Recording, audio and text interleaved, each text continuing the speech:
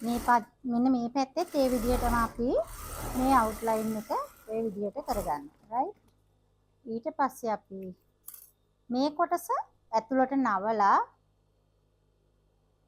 මේ කොටස අපි මෙන්න මේ විදිහට ඇතුළට නවලා මේ පැත්තේ අඟල් භාගයක් විතර හිටින්න මහ ගන්නවා. ඒ විදිහට මහ ගන්නවා මේ කන පිට පැත්ත. එතකොට ඒක මහන්නේ අපි සාමාන්‍යයෙන් නිකම් මේ විදිහට ටැක් කරගත්තා. මේ විදිහට අයින දිගේ මේ පැත්තට හරවලා මේක මහ ගන්නවා විතරයි.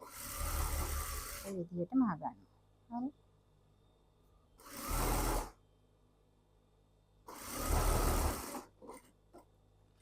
මේ පැත්තට හරවලා ආයි මහන්න ඕනේ. එතකොට උඩිනුයි යටිනුයි දෙකෙන්ම මේ පැත්ත හරහටත් මහන්න ඕනේ. දැන් ඔන්න ඒ විදිහට මහගත්ත අඟල් භාගයක් විතර ප්‍රමාණයට. දැන් මේකෙත් අඟල් භාගෙ තමයි එන්නේ.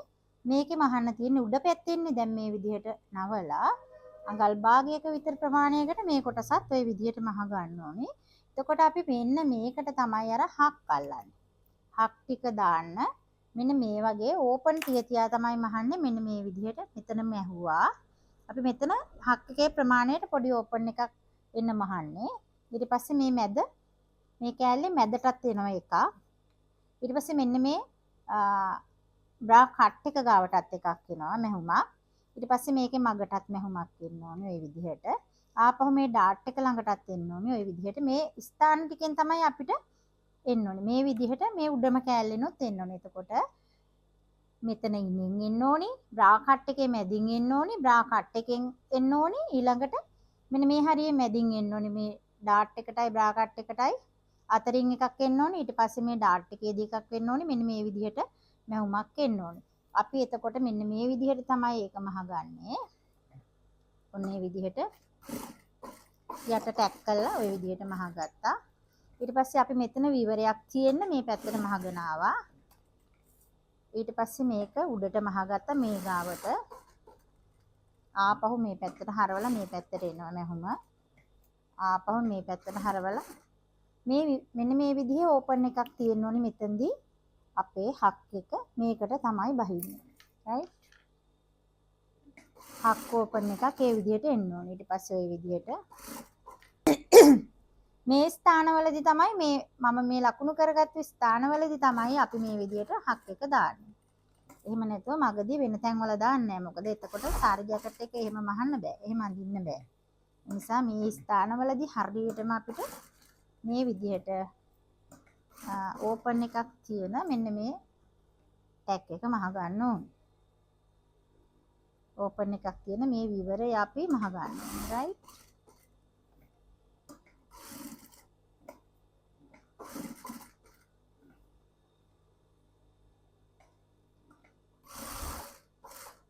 ඊට පස්සේ අපිට මේකේ හක් ටික අල්ල ගන්න තියෙන්නේ අනිත් පැත්තට. රයිට්.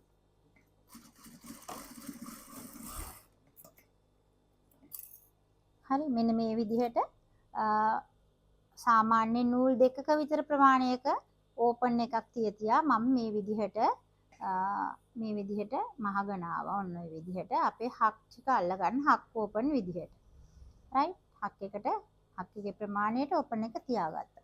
ඊට පස්සේ මෙන්න මේ විදිහට තමයි හක් කැල්ලෙන්. දැන් මේකේ යට පැත්තට තමයි හක් ටික අපි අල්ල ගන්න ඕනේ. මේ විදිහට ගානට තියලා ඊට පස්සේ අපි හක් ටික දාන ස්ථාන ලකුණු කරගෙන මේ විදිහට ඔන්න ඒ විදිහට ලකුණු කරගන්න පුළුවන් අපිට මේ හක් ටික තියෙන ප්‍රමාණයන්. හක් ටික ඇල්ලෙන්න ඕනි දුර ප්‍රමාණයන් අපි ලකුණු කරගෙන ඊට පස්සේ අපි හක් ටික අල්ල ගන්න තමයි තියෙන්නේ. දැන් මෙන්න මේ විදිහට ලකුණු කරගත්තා. මේ කොටස් ටිකේ ප්‍රමාණයන් දුර ඔන්න ඒ විදිහට ගානට උස කොට එන්නේ නැති වෙන්න තියලා මම ලකුණු කරගත්තා මේ පැත්තෙන්. හරි. ඒක තමයි කරේ. ඊටසේ මේ තැන් වලට අපි හක් අල්ල ගන්න ඕනි. ඊට පස්සේ අපිට දැන් පුළුවන් හක් අල්ලන්නේ අපි මහලා ඉවර වෙලා. ඊට පස්සේ අපි පිටුපස්ස පළුව සහ උරහිස මුට්ටු කරගන්න ලෑස්ති වෙන්නේ. පිටුපස්ස පළුවේ ඔන්න මේ විදිහට හොඳ පැත්ත තියාගෙන ඊට පස්සේ අපි ඒකේ හොඳ පැත්තට මෙන්න මේවයි හොඳ පැත්ත තියන්න ඕනේ. මෙන්න මේ විදිහට. මැදට ඕපන් එකේ එන විදිහට හොඳ පැත්ත තියාගත්තා. ඊට පස්සේ අපි මෙන්න මේ විදිහට තමයි මහන්න යන්නේ. මේ කාණුව ළඟින්ම තියලා මේක අපි මහ ගන්නවා. සාමාන්‍ය සාරි ජැකට් එකේදී නම් මම මහන්නේ එහෙමයි ඉරෙන නිසා. ওই විදිහට ගානට කාණුවට තියලා මේ ඉදිරිපස් පළුවේ කර ওই විදිහට හරවලා මේ යන්නේ නැතුව සුකොට එන්නේ නැති වෙන මහ ගන්නවා. ඊට පස්සේ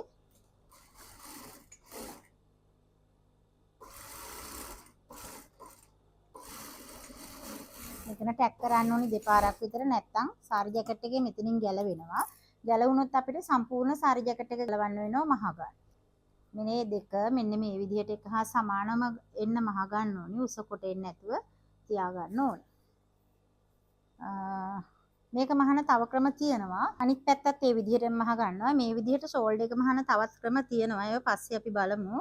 මේක අද මේ විදිහට මහ ගමු. මේ විදිහට ගානට තිබ්බ කානුවට ඉදිරිපස් පළුවේ කර ඔය විදිහට හරවගත්ත ගානට තියා ගන්න ඕනේ. ඊට පස්සේ එතන අපි දෙසරයක් විතර ටැක් කරගන්න ඕනේ.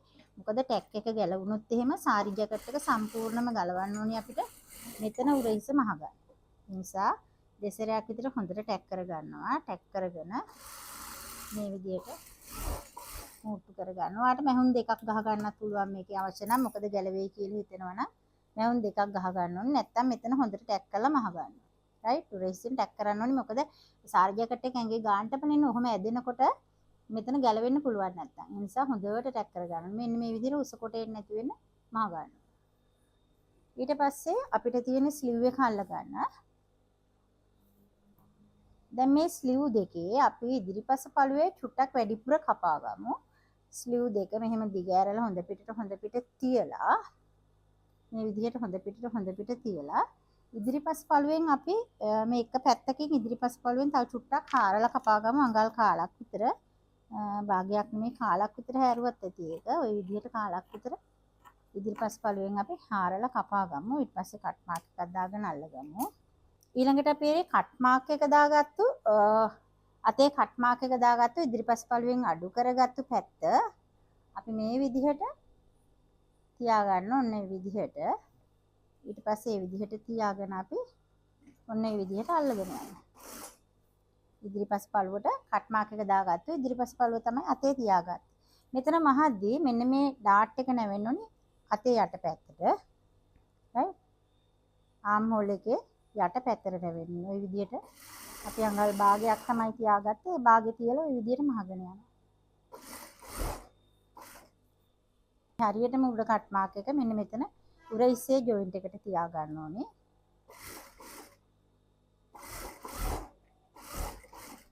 ඊට පස්සේ මේ විදිහට ගානට අත බැලන්ස් කරගෙන මහගෙන යන්න තියෙනවා.